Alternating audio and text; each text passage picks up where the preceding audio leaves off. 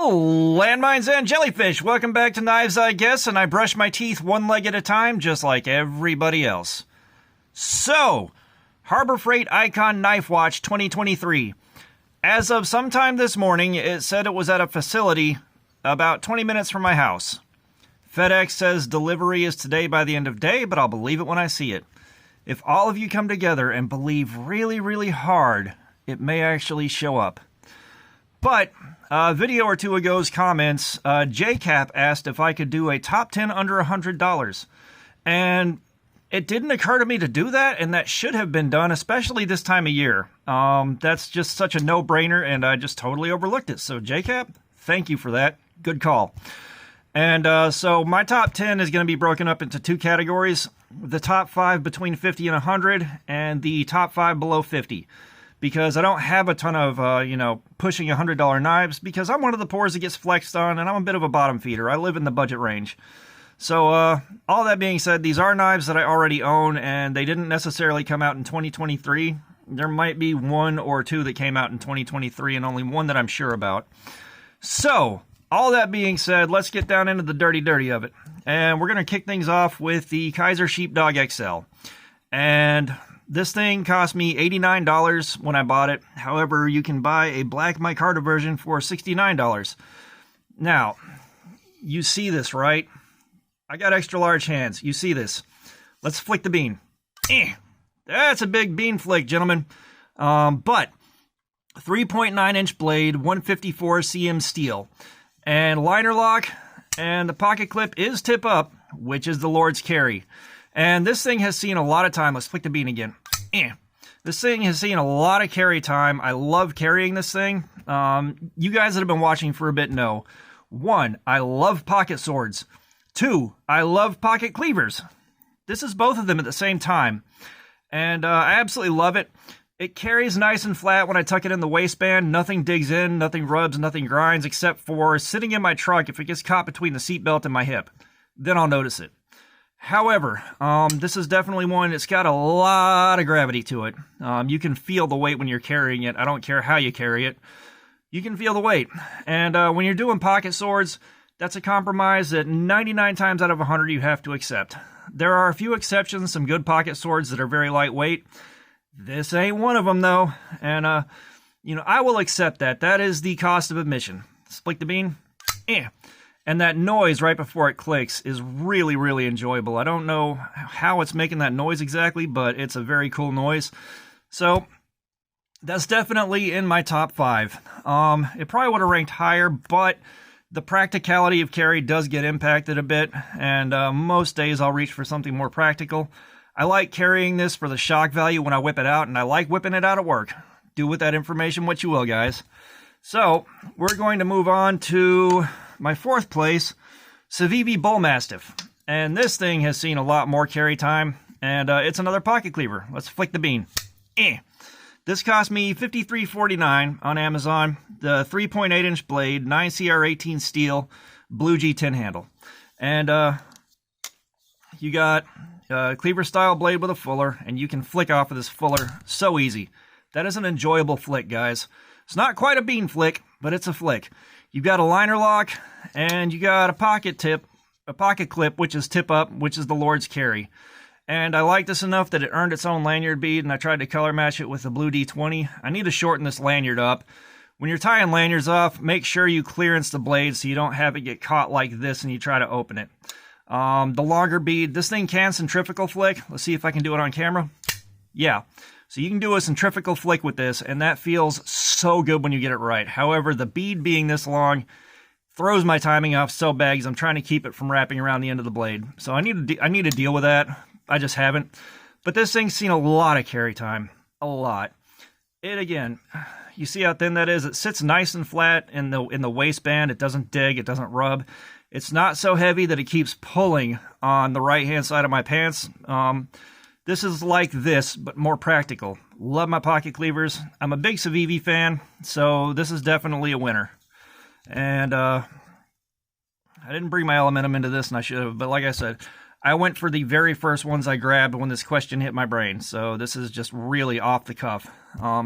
However, third place, SOG Flash AT Mark III. And SOG lost me with the Terminus XR and that pocket clip in my customer service experience.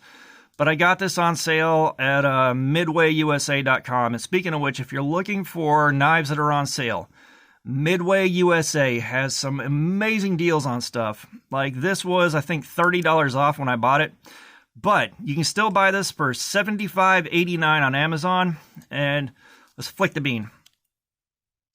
Is the safety on? The safety's not on, but let's flick the bean. It's a pretty satisfying bean flick. It's an assisted opener, but the blade is Cryo D2, 3.45 inches, and this is a good little carry. The only complaint I have with this is trying to manipulate it one-handed. Again, while I'm thinking about it, with that assisted open and axis lock, it's a bit tricky. Let's flick the bean again. So you're trying to pull the axis lock down while you move the blade. And it takes a little bit of practice to get used to it, but I think it's worth it because this thing, the pocket clip, tip up, Lord's carry, you got your axis lock, you got your safety right here. But this thing carries so flat. The ergos are really good. So the bug out is my gold standard for ease of carry in the waistband. That thing is lightweight, it's flat.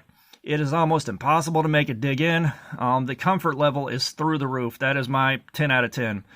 This is about a 9 out of 10. It's really close. The only thing that I really notice is a little bit more weight, and it sits a bit lower in the waistband, so you can feel this in an area where I don't normally feel a knife, but it's not bad. There's nothing to complain about with the comfort of carry. This thing is really enjoyable. The factory edge is fantastic. You can blast through material like you're cutting water, basically. They did a good job with this one. I kind of wish it was a flipper on bearings. That would have made it so much better. Like if it was on bearings with the axis lock and a flipper tab, this would be really, really right there at my ideal knife. Like I prefer back flippers. I prefer bearings. However, other things aren't that bad. This isn't that bad. It just, I would have loved a back flipper. So that is number 3. Number 2. I said number 2. Is going to be my Manus Gearhead, and this is really pushing the price limit. You can get this one, the poverty spec version, for $99.95. And then I think they push up into $150 to $200 after that when you get like the copper or the bronze, the Damascus blade. But let's flick the bean on this. You have a 2.875-inch blade and 440C steel for that $99.95, which is a tall ask, but what I bought this for, let's flick the bean, what I bought this for is the fact that it's a work of art. This is an absolute work of art, and it's all tied to this planetary gear right here. When you open and close it, number one, the lever action is what causes this thing to move, and you can see the gears all moving when you do that. That is one of the coolest things on the planet. I don't care who you are. Number one, I love weird openers. 2, I love weird designs like this. And 3, this thing is, it's well made. Like, this isn't just a novelty they slapped together and said, here, get it out the door. Someone put some time and effort into getting this design down and getting it right. Let's flick the bean again. And the shape of the blade, too. You can just see where it's a nice, smooth curve all the way across the top. And I previously hadn't had a whole lot of luck with Tano blades. A lot of the ones that I bought, the blade was too thick for the profile because, you know, again, I'm a bottom feeder. It's budget stuff. A lot of times the design doesn't necessarily get 100% of the attention it needs, but this one did get it. This is absolutely beautiful, and the only reason I don't carry it more is this tab right here digs into the love handle a little bit. Remember, children, it's not a dad bod, it's a father figure. And it can be a little uncomfortable. It's a very small hot spot, but it's noticeable. However, it's worth it when I want to carry it and show it off, because you hand it to someone and go, here, open this. And they're like, what the hell do I do here? And a lot of people just grab it and do that with it. And that's not how you open it. But, you know, I've got a couple other lever actions that are very funky and kind of rare, but they're not this beautiful. And number one in my $50 to $100 range, and a lot of you guys know how I feel about it, that's the Devo Growler V2. And they're not in stock right now, but the white G10 version, $99. This one is a prototype that I bought at Blade Show. This one did come out in 2023. I got this prototype in June, and I think it was 3 months later, August, that it came out. Lefty EDC, if you see this, maybe correct me on it. This is hands down one of the best knives I have ever carried. This is hitting like 9 out of 10 for comfort in the waistband. The wire pocket clip, I absolutely love it. This one has a D2 blade. However, the production versions come in 154 cm. But the action on this, it's a reverse flick. It is absolutely one of the most satisfying knives I have to open by a wide margin. And like you can see how thin this is. It carries nice and flat. Everything is well contoured. It doesn't dig in. It's beautiful to carry. I did give this one a bead too, and this one glows very faintly blue in the dark. But like if you can get one of these and you're willing to spend the money on it, definitely get it. This thing is an absolutely fantastic knife. I'll flick the bean. Even though there's no bean, we're going to flick the hole. That sounds worse than flicking the bean. But this is the number one for under $100. And the thing that kept the bug outs out was the the $100 limit. Sorry, guys. I am on like my 8th try for this. The camera keeps freezing, and yeah, I'm not going to redo this. However, that's the top 5 for $50 to $100. And I think this is a pretty good field. It's pretty diverse, and this is also based on my own personal taste and what I've, my experience is carrying it. So we're going to drop down into the bottom feeder range with the sub $50 knives. And the first one we're going to take a look at here, words are hard, is the Duratech Tools knife from Season 1 of the Super Budget Showdown. I felt like I'd be remiss if I didn't include this one. This is a 8CR13 blade. It's $14.99 right now, so that should tell you a lot. You got thumb studs, an axis lock. You've got your pocket clip. It's tip up, which is the Lord's carry, just like everything else on this table. And this thing did great in the Super Budget Showdown. This one carries very, very well.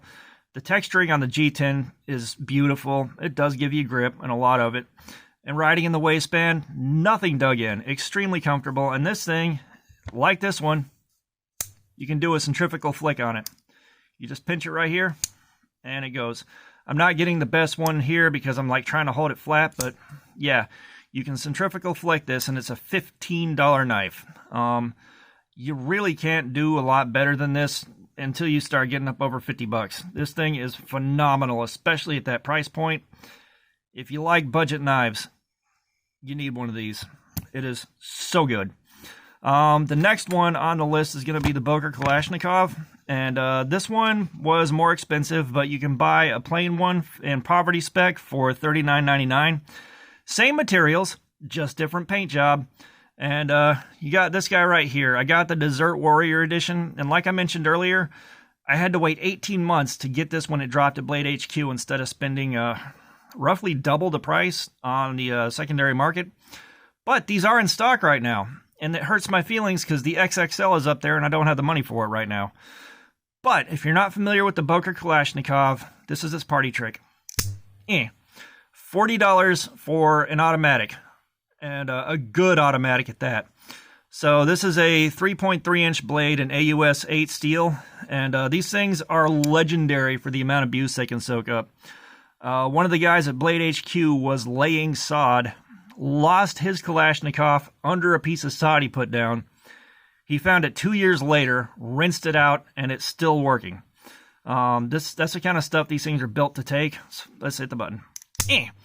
And, I can't argue with it. I've got 2 other ones that I've carried a lot more. And one thing that I like that people might not like is this is painted aluminum on the scales. And the one that I have painted green has seen a good bit of carry, and that paint's starting to flake off. So it looks like it's seen some use. It looks battle scarred. And when you get enough battle scars on a knife, it starts to look cooler than it did coming out of the box, in my own opinion. When it starts showing wear and tear, it's good. Showing a little bit of wear and tear, just a couple of hard hits, no, it's not pleasing. But when there's a lot of battle damage and it looks like it's been put to work, they look cooler than they do new. So, this is my 4th place, and the only reason it didn't edge the other ones out, the Kalashnikovs don't see as much carry time as the rest of these, just because I've developed an affinity for bearings and flipper tabs. I love my automatic knives, don't get me wrong. I spent years searching for ones that I could afford until I found the Kalashnikov. That's a whole other story that takes too much time for here, and I've already told it about 8 times every time automatic knives come up, so check out the other videos if you want to see where that comes from. And I also need to sharpen mine. The factory edges aren't the best. They're very serviceable and they're very good at what they do, but I've mentioned this before. When you're cutting through the saran wrap plastic on pallets, that is a great litmus for the quality of a factory edge. A couple layers, easy enough to cut. But when you hit a single layer, if you have the first edge problem or the slightest bit of dullness, it hangs up and tears instead of cuts. When you get it right, it blasts through like you're cutting water. The factory edge on these didn't quite do that. It did everything else just fine. I just need to sharpen mine. That's all it is. So the next 3 that we have here are going to be pretty much a dead tie. So we're going to go in first with the CJRB Pyrite. And we all know what this thing is. It's a button lock, and it's a very good button lock. Let's flick the button. Yeah. That doesn't sound as bad as flicking the bean, but a lot better than flicking the hole. We'll agree on that, whether you like it or not. But you got a button lock here. You've got a 3.11 inch AR RPM 9 steel blade, which is CJRB's. I may have said CRJB earlier, but CJRB's proprietary blend. This thing also carried very, very well. Like this is a practicality king. And it was $49.95 when I bought it. I think you might be able to get one cheaper. I'm not sure. I didn't check the current prices. But this thing carried very, very well. It did all the things very well. The factory edge is good. And I liked it enough that it got a bead. And this one glows in the dark. And it's not quite the effect I was going for. But I got traces of orange in here to match the lanyard itself. So, you know, we all know what this is. It had tons and tons of hype for the longest time. And, you know, you had to have been under a rock to not know this exists. However, it does live up to the hype. Everything about this is skookum as frig. Very, very, very good knife. So, and again, this is a 3-way tie, so no particular order. But the next one is going to be my Olatan's T025. And this is $28 on Amazon right now. I spent $25 on this one. And I hate the fact that the lighting does not pick up the coloration in titanium. But you got a 2.76 inch D2 steel blade. It's on bearings. The flipper's nice and comfortable. Liner lock. Pocket clip is tip up, which is the Lord's carry, just like the rest of the field. And this is titanium. Titanium for $28. And I flame treated this titanium, so you got a nice band of rainbowed out color right through here that just won't show up on camera, and it's annoying. This end right here is distressed from where it turned red hot next to my forge. And it's a beautiful little knife, and it carries so well. Like, this is... Let's flick the bean. Yeah. This is a lot like carrying the bug out. Similar profile, similar thickness, similar-ish weight. A little heavier than the bug out, but it's titanium, so it's still really light. And I carried this a lot and used it a lot since I've gotten it. It's one of the ones that I just automatically reached for when I got up in the morning, and I love carrying it. The factory edge is great. Everything about this is really, really, really good, especially at that price. My God. The last one we're going to look at is the Monocala Assault Team 1, and this is a $36 titanium knife that I also flame treated. But I just got this one, and I've been carrying it at work for the last few days, and this thing is phenomenal. 14C 28N blade, 3.4 inch blade. Let's flick the bean. And you got a compound grind on this thing that is to die for. This is one of the best factory edges I've had in a long time. This does not hesitate in the least on the saran wrap test. I ran it through a small funky piece of cardboard, and I was able to cut through 2 layers at once without being scared of hurting myself with this, which that's kind of impressive. I also had to break down a large display yesterday, and it went through the cardboard like I was doing the push cut on paper. Like, I barely felt it. That factory edge is phenomenal. The knife itself is very good looking. Of course, you got your pocket clip, which is tip up, and that is the Lord's carry. If you flame treat the titanium like I did, I've got a lot of nice, dark, maroonish purple through here. And, you know, I need to wash this off and get the colors to really come back and pop. And again, you're just seeing a darker titanium. You wouldn't know it was titanium unless I told you, because the color ain't right for titanium on camera. But there's so much nice purple and stuff on this that, you know, I love what I've done to it. And, of course, I customized it so I enjoy it a little more. And it deserved a bead, so we got this piece of inlace acrylister here. And I showed this off earlier, but the purples and stuff deserve this bead. So, like I said, these are kind of tied for first place. This is a very close second. I just don't carry this as often as I carry these. And that's my top 10 for under $100. Like I said, it's not stuff that just came out. It's not stuff that I just bought. This is just over the course of me having stuff, the ones I carry the most, and the first ones that came to mind when the question was asked. So I like going off a raw reflex like this, you know, and I'm sure my opinion will change after I sit here and think about it for too long, and my taste will change as I get new stuff, and how I want to carry changes a little bit. But this is where it's at right now. So JCap, thank you for asking that question. That was a very good idea. I don't know how I didn't think of it. All that being said, thank you for looking at my crap. Subscribers, thank all of you. More guys keep popping up, and I've said it before, but for anyone to watch what I'm doing here and get some enjoyment out of it is very humbling. You know, I can't tell you how much I appreciate that happening. So thank you, and thank you for the comments. I love feedback, a little bit of dialogue. And all that being said, y'all have a nice day.